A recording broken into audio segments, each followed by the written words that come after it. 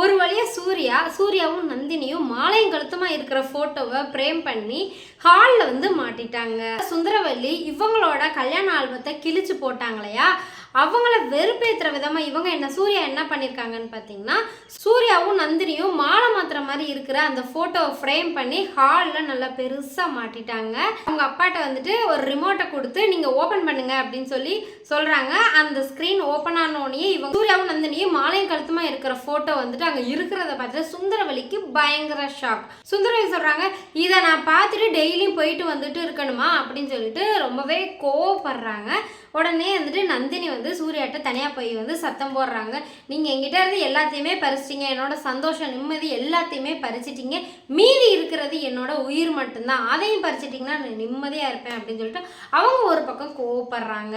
இது மாதிரி தான் இன்றைக்கான எபிசோட் வந்து போகுது. இன்றைக்கான எபிசோட் வந்து செம்ம சூப்பராக போகுது, அதில் எந்த டவுட்டுமே கிடையாது.